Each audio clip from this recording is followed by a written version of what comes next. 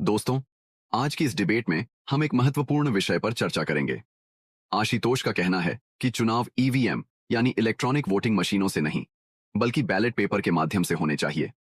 उनका यह मानना है कि सर्वेक्षण के अनुसार लोगों को ईवीएम में गड़बड़ी होने की आशंका है।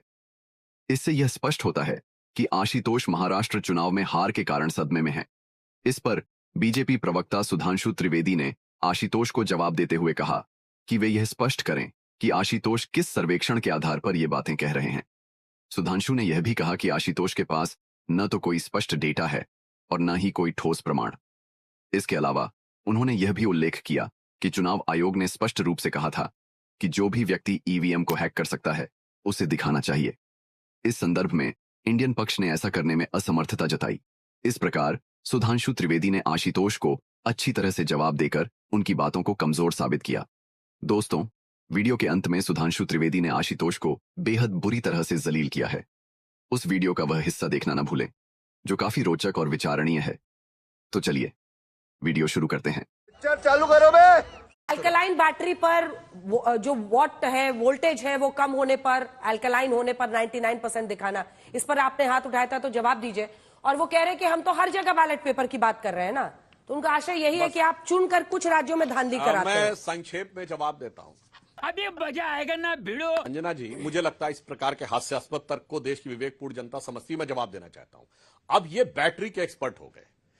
अंजना जी ऐसे बता रहे हैं जैसे इलेक्ट्रॉनिक इंजीनियरिंग में पीएचडी करके आए हों कि साहब वो बैटरी का मटेरियल और बैटरी का वोल्टेज क्या होता है। मैं देश को याद दिलाना चाहता हूं। सर, अपने अपने टर्न पे बोलिए। महोदय, आप तो सभ्यता से डिबेट करते हैं। अब मैं बताना चाहता हूं, ये वही पार्टी है जिसने कोविड वैक्सीन के समय में सेलुलर माइक्रोबायोलॉजी की एक्सपर्ट हो गई थी। ये वही पार्टी है कि जब कोविड वैक्सीन लगना शुरू हुए तो उन्होंने कहा था इतने कम समय में तो इसका हमें ये बताइए कितने लोगों पे सर्वे किया गया। तब ये स्टैटिस्टिकल जानकारी के बहुत बड़े एक्सपर्ट हो गए थे।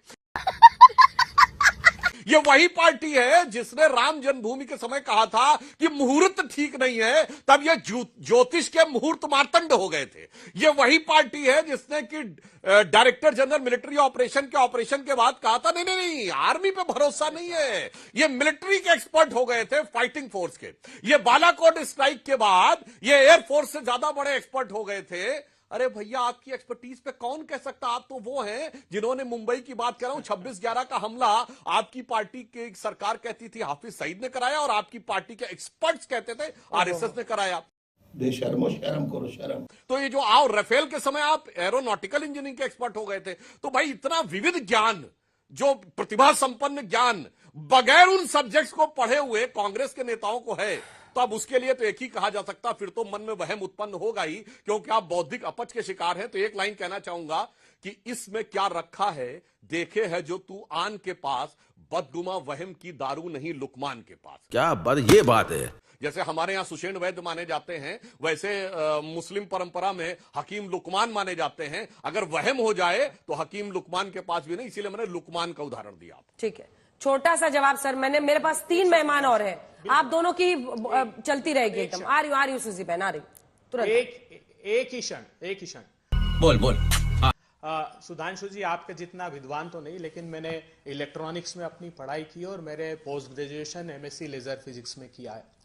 दूसरी बात, आपके जितने विद्वान हो भी नहीं सकते आप। अगर ईवीएम हैक करना इतना आसान रहता तो ऐसी परिस्थिति बनती। आज जो ये प्रश्न उठ रहा है कांग्रेस पार्टी की तरफ से कि अब हम बैलेट पेपर यात्रा निकालेंगे, अच्छा क्या ये सही है? देखिए जना जी, इसके 2 पहलू हैं और मुझे लगता है कि अगर आप मुझसे सवाल पूछेंगे कि क्या ईवीएम में गड़बड़ी है या ईवीएम को मैनिपुलेट करके चुनाव को जीता जा रहा है, तो मेरा जवाब एक पत्रकार के नाते ये होगा कि मेरे पास कोई सबूत नहीं, लिहाजा मैं कोई आरोप नहीं लगाऊंगा। पार्टी बदल लिया साला। और मेरी लाइन इस बारे में बिल्कुल कंसिस्टेंट है। मेरे पास किसी तरीके का कोई सबूत अभी तक नहीं आया है जिसके आधार पर कहा जा सके कि ईवीएम को मैनिपुलेट किया। ये इसका एक पहलू। अब दूसरा पहलू क्या है, क्या ईवीएम को लेकर लोगों के मन में संदेह है या संदेह? मैं आपको सिर्फ सीएसडीएस का एक सर्वे बताता हूं जो 2024 के लोकसभा चुनाव के समय किया गया था। अच्छा, इसमें सवाल पूछा गया कि क्या सत्ताधारी पार्टी ईवीएम में छेड़छाड़ कर सकती है? जवाब 17% लोगों ने कहा कर सकती है, 28% लोगों ने कहा कुछ हद तक कर सकती है, 11% लोगों ने कहा ज्यादा नहीं कर सकती है और सिर्फ 16% लोगों ने कहा कि ईवीएम में छेड़खानी नहीं कर सकती है। इसका मतलब क्या हुआ?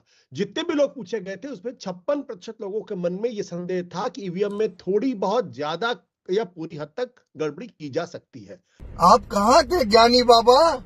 अब जो प्रश्न खड़ा होता है कि जब ये संदेह खड़ा होता है तो पूरी लोकतांत्रिक प्रक्रिया पर संदेह प्रश्न खड़ा होता है, जो देश की राजनीति के लिए ठीक नहीं है, लोकतंत्र के लिए ठीक नहीं। इसमें मेरा मानना यह है कि इलेक्शन कमीशन को पूरी जिम्मेदारी के साथ ये जो सिनिसिज्म है इसका जवाब देना चाहिए और लोगों को संतुष्ट करना चाहिए कि भाई जो आरोप आप लोग लगा रहे हैं वो आरोप गलत है। और मेरी जो तकलीफ इलेक्शन कमीशन से है कि इलेक्शन कमीशन इस पूरे मसले पर जिस तरीके से खुलकर सफाई देनी चाहिए थी वो नहीं दे रहा है। तू चुप रहे बाबा, तू चुप रहे। प्रश्न अब इस बात को लेकर मान लीजिए कि चलिए फर्ज कर लीजिए कि ईवीएम में गड़बड़ी है, नहीं गड़बड़ी, हम उस डिबेट पे नहीं पढ़ते। मान लीजिए अगर विपक्ष ये कहता है, और विपक्ष एक स्टेक होल्डर है भारत के लोकतंत्र के अंदर, ऐसा तो है नहीं विपक्ष एक स्टेक होल्डर नहीं, विपक्ष अगर ये मांग करता है कि बैलेट पेपर से चुनाव होना चाहिए तो उसको कंसिडर करना चाहिए। अच्छा, ठीक है, चुनाव इस पर मैं जवाब लूंगी चुनाव आयोग से भी और सुधांशु त्रिवेदी जी से भी। और मैं एक बात और बता दूं सुधांशु जी के लिए कि यह प्रश्न सबसे पहले लालकृष्ण आडवाणी ने 2009 में बेंगलोर में प्रेस कॉन्फ्रेंस करके इशू किया था और जीवीएल नरसिम्हा राव ने किताब लिखी थी जिसका प्रस्तावना खुद लालकृष्ण आडवाणी ने लिखा था। ठीक है, बिल्कुल। और जीवीएल साहब ने किताब लिखी, आडवाणी जी ने। जो पार्टी हारती है वो इसको आड़ बनाती है, इसके पीछे छिपने के लिए। सुधांशु जी सबकी बातों का जवाब दीजिए। सुप्रीम कोर्ट ने आशुतोष जी से लेकर अभय जी और महेश जी। चलो भाई देखो अब मैं क्या करता हूँ। वैसे आशुतोष जी ने जिस सीएसडीएस के सर्वे की बात की उसका सैंपल साइज क्या था, उसमें किस किस सैंपल के कहां के लोग लिए गए थे, वो सारी बात पता होती तो कोई बात होती। और अभय दुबे जी ने अभी क्या बात बोली कि देश की जनता ये अपेक्षा नहीं कर सकती थी कि डॉक्टर मनमोहन सिंह कोई मैनिपुलेशन कर सकते हैं। बिल्कुल देश की जनता को यही अपेक्षा नहीं थी कि डॉक्टर मनमोहन सिंह सरकार चला रहे हैं, सरकार ही कोई और चला रहा था। गजब बेइज्जती है। तो वो सारी अपेक्षाएं सबको पता है कि कैसे होती थी। दूसरी बात मैं कहना चाहूंगा, जिस जमाने में आडवाणी जी ने यह विषय उठाया था उस समय ईवीएम 2004 में पहली बार आई। बहुत सी चीजें होती, मगर क्या कभी इलेक्शन कमीशन ने हैकाथन आयोजित किया था उस समय? नहीं। अभी तो ये इलेक्शन कमीशन ने किया था, बाकायदा सबको पब्लिक नोटिस निकाल के कहा था जो भी आना चाहे आकर ईवीएम को हैक करके बता दे। कोई नहीं आया। तो बिल्कुल जो आप टेक्निकल बात कह रहे हैं उसके लिए चुनाव आयोग ने आपको पूरा मौका दिया था। मगर क्या करें अंजना जी, इन लोगों के तो दिमाग का शक दूर ही नहीं कर सकते। बात तो सही है। ये तो वो लोग हैं अपनी सुविधा के अनुसार कैसे बदलते हैं। पिछले साल मार्च 23 में राहुल गांधी जी क्या बोले थे इंग्लैंड में जाके? Democracy in India has finished. उनसे कहा गया मतलब जुडिशरी भी, yes judiciary is also under pressure. और फिर वही जुडिशरी ने जब राहुल गांधी की सदस्यता बहाल कर दी, ओह ये तो जीत हो गई। समझ रहे हो? वही उसने इलेक्टोरल बॉन्ड का जजमेंट दिया, ओह ये तो लोकतंत्र की जीत हो गई। फिर वही केजरीवाल जी को जेल से बाहर कर दिया, ओह ये तो लोकतंत्र की जीत हो गई। अब भाई जिनका तर्क इस पे आधारित हो कि छोड़िए ईवीएम, तो सर्वोच्च न्यायालय का निर्णय भी मेरे पक्ष में आएगा तो लोकतंत्र की जीत है और विपक्ष में आएगा तो डेमोक्रेसी फिनिश्ड है। और मैं एक और बात कह दूं, जिनकी तर्क संगत बुद्धि ऐसी हो कि विदेश में बैठकर राहुल गांधी ने कहा हो Muslim League is absolutely secular, I am having no problem about it, but BJP is communal. अरे सुधरो रे अभी तो अब इस ढंग की तर्क बुद्धि वालों को कितना समझाया जा सकता है, ये मैं देश की जनता के विवेक के ऊपर छोड़ता हूं। तो पहली बात तो ऐसे लोगों को आप उतनी गालियां दो जितनी आपको आती हैं, जितनी नहीं आती लोगों से पूछ कर दो।